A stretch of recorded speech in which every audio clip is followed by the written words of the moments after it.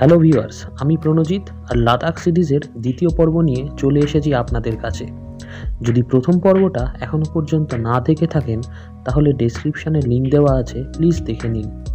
আগের পর্বে আমরা কিভাবে কার্গিল পৌঁছেছিলাম সেই পর্যন্তই বলেছিলাম, আর আজকের গল্পে বলবো আমরা কিভাবে কার্গিল থেকে লে পৌঁছালাম এবং লের কী কী লোকাল সাইট সিন আছে।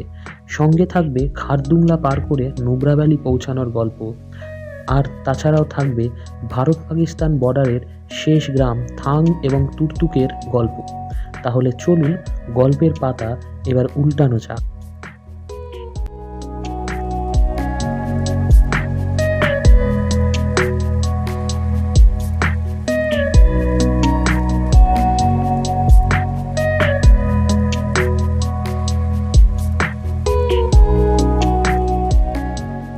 আমরা ইনবর্ন ট্রাভেলার্স, আর আপনারা দেখছেন আমাদের সাথে স্বপ্নের লাদাখ পার্ট 2।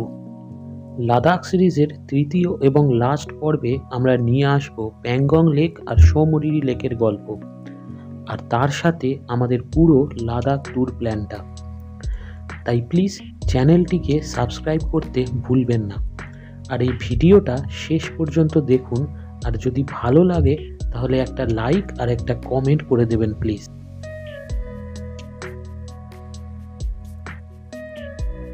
আগের পর্বে যেমন বলেছিলাম, আমরা যখন লাদাখ গিয়েছিলাম তখনও ভাবিনি যে কোনো দিন ইউটিউবে আসব, তাই সেইভাবে কোনো ভিডিও তোলা হয়নি। তবে ছবি তোলার একটা শখ আছে, তাই সেই শখ থেকে বেশ কিছু ছবি তুলেছিলাম। তাই সেই ছবি আর কিছু ভিডিও দিয়ে তৈরি করেছি এই পর্বগুলো। তবে ভবিষ্যতে আবারও লাদাখ যাব, আর তখন আপনাদের ভালো করে লাদাখ দেখাবো।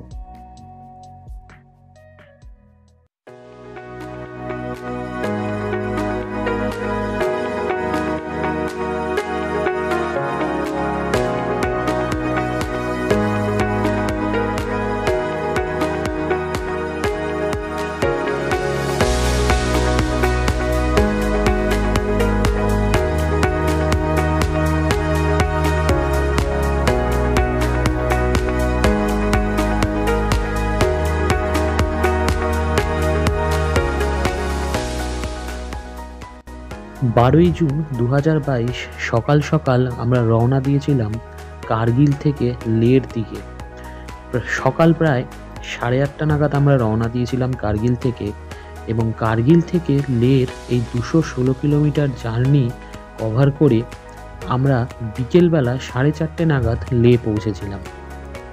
আর এই যাত্রাপথে আমরা দেখেছিলাম Namika La top, Fotu La top, Lamayuru monastery, Lamayuru moonland, magnetic hill, Patthar Sahib Gurudwara, আর জান্সকার এবং ইন্ডাস নদীর মিলনস্থল, যেটাকে সঙ্গম বলে।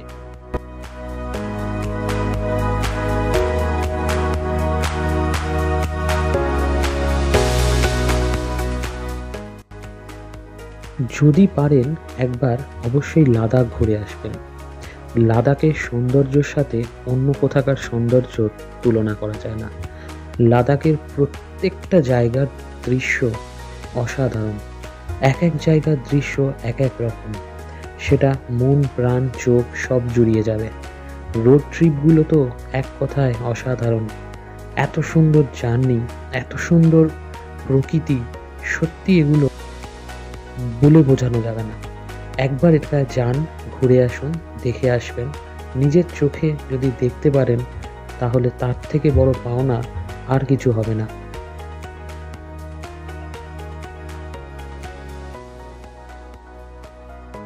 কার্গিল এবং লের হোটেল ভাড়া ডিসক্রিপশনে দেওয়া থাকবে।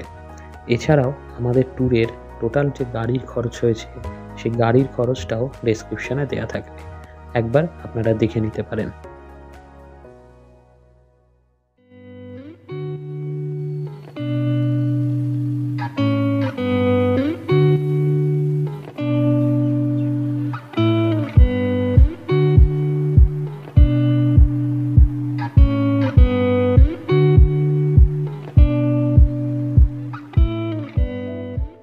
তেরোই জুন 2022 সকালবেলায় ব্রেকফাস্ট করে আমরা বেরিয়ে গিয়েছিলাম লের লোকাল সাইট সিনগুলো দেখতে। এইসব জায়গাগুলি মোটামুটি লে শহরের আশেপাশেই কিংবা লে শহরের মধ্যেই অবস্থিত।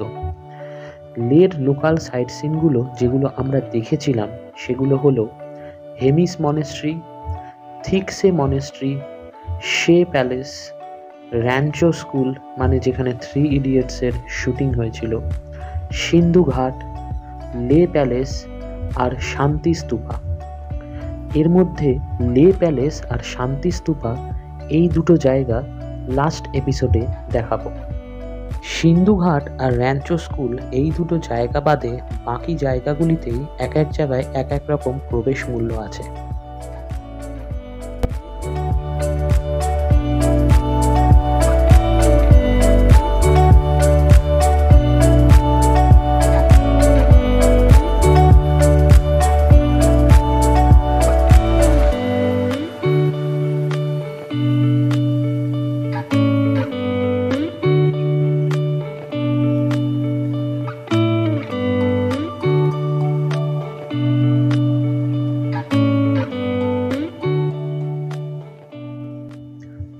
জুন 2022 আমাদের গাইড কাম ড্রাইভার দাদা লোবসাং ওনার কথা মতো সকাল 8টার মধ্যে আমরা রেডি হয়ে বেরিয়েছিলাম আমাদের নেক্সট ডেস্টিনেশন নুব্রা ভ্যালি।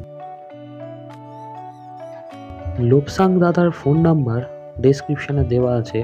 আপনারা যদি কখনো লাদাখ যান ওনার সাথে অবশ্যই লাদাখ ঘুরে দেখতে পারেন। প্রচণ্ড ভালো একজন মানুষ আর প্রচণ্ড ভালো একজন গাইড।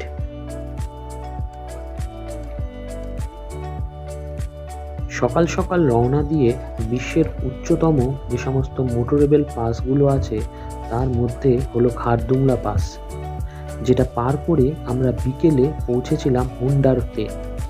হুন্ডার হলো নুব্রা ভ্যালির একটি গ্রাম। আর এই লে টু নুব্রা ভ্যালির 160 কিলোমিটারের জার্নিতে আমরা দেখেছিলাম ডিস্কিট মনেস্ট্রি, যেটা লাদাখের সবথেকে পুরনো একটি মনেস্ট্রি। এবং এই মনেস্ট্রিতে একটি 106 ফিটের মৈত্রেয়ী বুদ্ধার স্ট্যাচু আছে। এছাড়াও নুব্রা ভ্যালির স্যান্ড ডিউনস বা শীতল মরুভূমি তো বিখ্যাত আছেই, সেটাও আমরা দেখেছিলাম। আমরা ছিলাম নুব্রা ভ্যালির হুন্ডারে এবং হোটেলের ডিটেলস ডেসক্রিপশানে দেওয়া আছে। স্যান্ড ডিউনসের অনেক অ্যাক্টিভিটি আছে, যেমন ক্যামেল রাইড।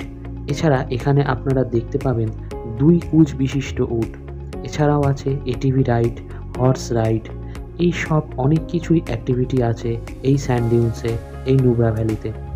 তাছাড়াও যদি পারেন তাহলে পায়ে হেঁটেও ঘুরে দেখতে পারেন, যেরমভাবে আমরা ঘুরে দেখেছিলাম।